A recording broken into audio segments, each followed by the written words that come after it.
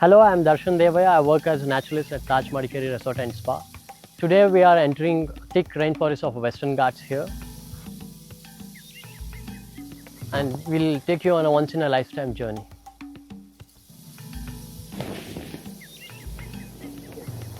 So here I have the Malabar tamarind, botanically called as Garcinia gummigutta. This is a very important part of Kodwa's famous pork curry called as pandi curry.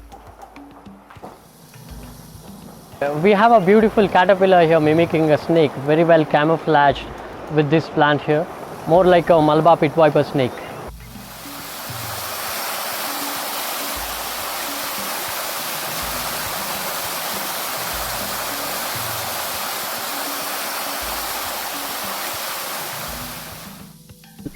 So here we have the Indrelai ampulla, commonly called as painted snail, endemic to Western Ghats, found only in the Western Ghats, not elsewhere in the world. This was the rainforest experience. Please come visit Thrush Madikeri Resort and Spa to experience this by yourself.